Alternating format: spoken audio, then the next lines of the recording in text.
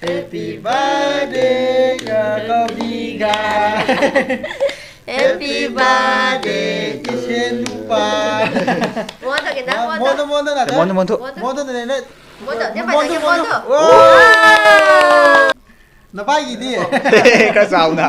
Ồ. Isenupa gi amta inge Nabay na nung sina in maniko Isenupa gi Ay gi inembo ki se Happy birthday gini Se ima gi se Ta khra puhan khra ge ba Hana nung khra di khang dre tinam ya Nung dia dah. Nung rồi đi. Hana tung khra di khang dre Ahanba maktada ay gi video si bu yengbiriba ahal laman sininaw khwai punamak po ahanba maktada ay na ikok na nagkirimjari Sinaw miyam nga sige video si tiko ngarang gi gari manang pa birthday to pagi video do adu ne ba ko sangmal yamna sangada ba ko video do adu na ay na matek tawga thagat sabni sinaw miyam ngasi se gari manang pa do ma hek pok pudigi punsigi ahan bani na hai ba ko ma se mayum na tawbudi yai se ma se hoi akoi mayam ma lebisi nungsibi ko laga yum do ina pangthokpa video ni sinaw miyam yumdo oina pangthokpa birthday ama khaktani sinaw miyam adu sinaw miyam yengminar si soikiba langkiba yawsu khudingma apangba family ni khalaga ngakpi ko sinaw miyam yaura ito sinaw miyam manaw nupa haibdo si leiri to manaw nupa ahan ni ko si je magi ming kabigai ka uni kabigai gadi mama na ko si leiri ko sinaw miyam ko chan pi sing asai di ni labo na ko ngai bada ma se Cái đi mama này thế nào mày làm gì chứ? Anh ơi, đây này. Nắp ta này cái gì này bây giờ? Ông có ô tô, mình đang phục sái sạch đây nè. Nắp cái túi sạch túi thì không được. Cái đi ngay lên đi, la đi làm giàu con đi cho mai nè, chết rồi này nè. Chỉ ta plug ra được rồi. Chỉ ta plug không mà ra đây nè. Papa snap vào tôi thành theo. Mà mùng năm khi đấy.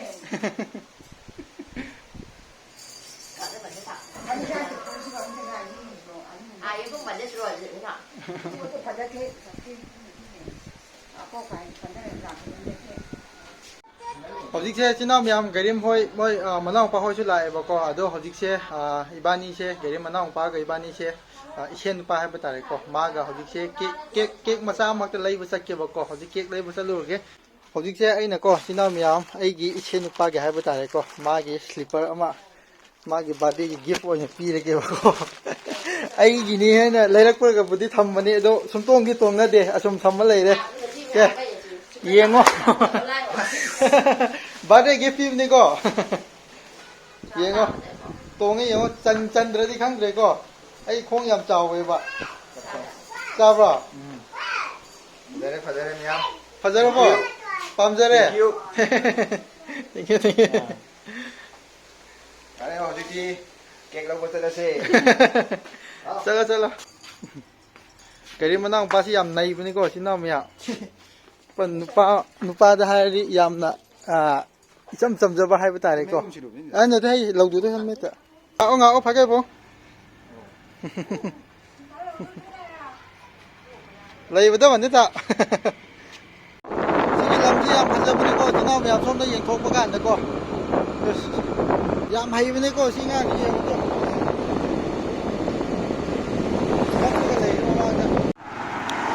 lấy thôi, chỉ cho nên chỉ nào mèo qua BB Bakery hay gì Hunger Game hay gì chỉ đã ôi tôi nhỉ vào ngày hôm ấy cái channel pi cái nó birthday tàu bom tầm đó chỉ đã cake lâu kỳ vào co lão có chứ lâu rồi chứ cái đó là thế cái vấn đề thôi cái đi mà nó bao nhiêu cái này vấn đề nó phải làm ăn vấn đề sắc yên cái nào mèo cái tàu vấn đề có mà chứ bây giờ đó mà nó bao nhiêu đi thì boarding cái này đi vào co đúng rồi nhé BB Bakery hay chứ sắm lâu yêu từ ngay đến lấy vào đó xin nào mèo co đúng rồi nhé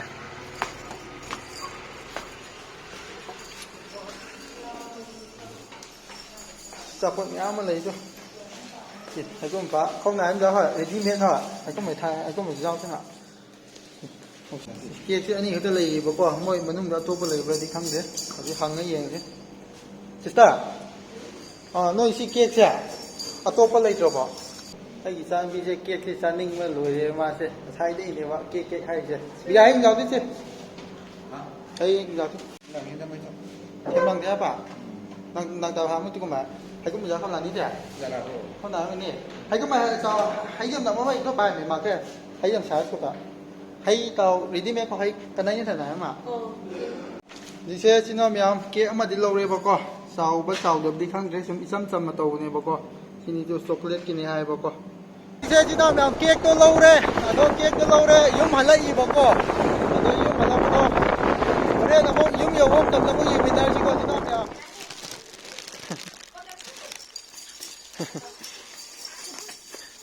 Hara olay re ma si cake le ko sida to ai di 600 thêm वे ला को दिकी अपिक पलो छे मपु ने याद रे अच्छी लो रहा है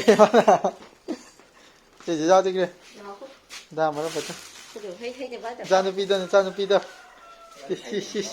की साउनी छु रुबा साउनी छु रुबा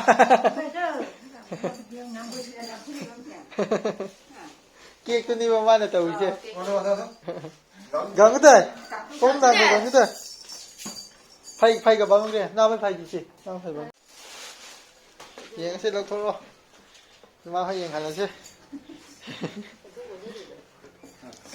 โอ้ยสิเลยตัว Happy birthday กับพี่กายให้ชื่อรู้ป่ะ Happy birthday กับช็อกโกแลตกินนี่ cái đồ cái đất làm cái nào cái đất làmกินนั้นเขาบ้านนี้ต้องมากินนั้นเก่าเลยกี่เดียว cái đồ cái đất กินนั้นมาซ้ำมาเลยที่ตรงท้ายเลยใช่มาเจอมาเลยดิมายังค่อยมาก็กะรีมาก็กันไหนเห็นพัชเกะคอมเมนต์ได้แล้วมุกก็ซ้ำมาแล้วมันนี่มายังกังบุกโคตรปก็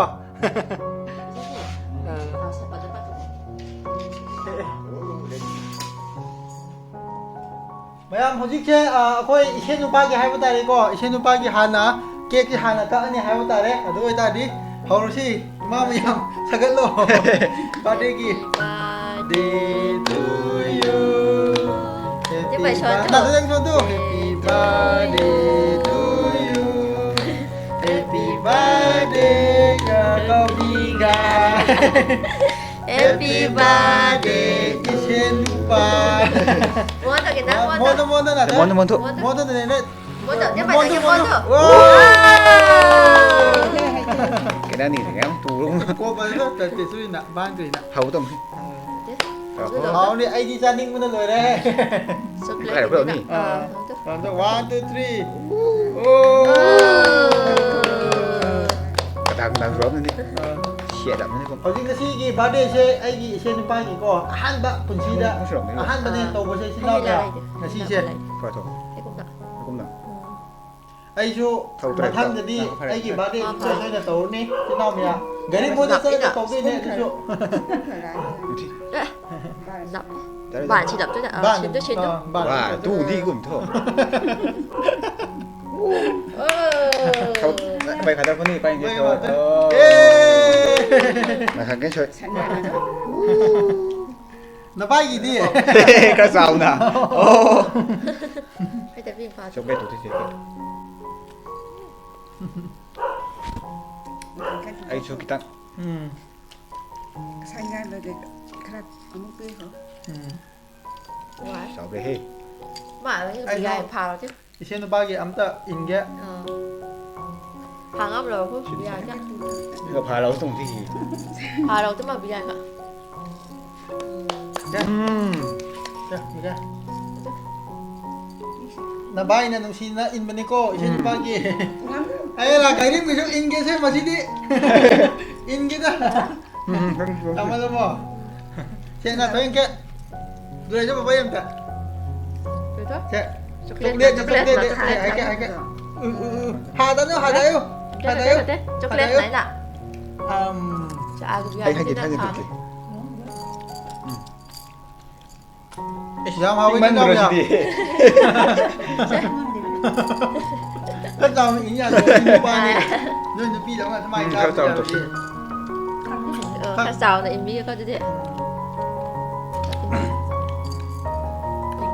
hả đá Ima mabani gisu inge ko. Igi se. Dạ. Tama ko. Hả? มาเมื่อวานนี้ช่วยอินดีเกไอ้นะก็ Chỉ là bụng người sao? ตู้สินค้าเลย เดี๋ยวมาจะหาในอิลิเกก็ที่น้องไม่ยอมก็ไอ้กี่อินเดียนบอกกี่เช่ Happy birthday กี่เนี่ยเช่อีมากี่เช่แต่ไอ้ดิอิลโรจเนี่ย Hả? ไอ้ดิอิลโรจนั่งจ้าเลยเลยจริงแค่ก็ Chết. Mày được ba kìa. ร้อยอุ้มสลุร้อยอุ้มสลุอกชายกัน Sợ ma kìa. Chết nó sẽ. Nó sẽ. เก๊กมาพูดกับป้าตาเลยก็เฮ้ยอินอะไรนะเมื่ออาจจะยุ่มตะก้อเฮ้ยกูพูดเฮ้ยชิงดิฉันว่าพิจารณาบ้าเฮ้ยครับผู้หันครั้งเกี่ยวกับฮานานุงใครที่ครั้งเดียวที่น้องเนี่ย Đúng chết rồi đấy. นุ่งกันเลยดิ ฮานาตุงใครที่ครั้งเดียวหายก็ Anh em không người đi khác. เขาซื้อเก๊กก็เก๊กไก่ก็ป้อเลยแบบนี้นะจ้าอีชิงจ้าพอโตกันก็ที่น้องไม่เอาก็ไม่เอาก็จากจากกันตัวนี่บอกก็จากสารมได้จะไม่มุดนะไม่ตุ้มตุ้มพัมนั่นเลยเลยสิไม่หลักว่าไงเลย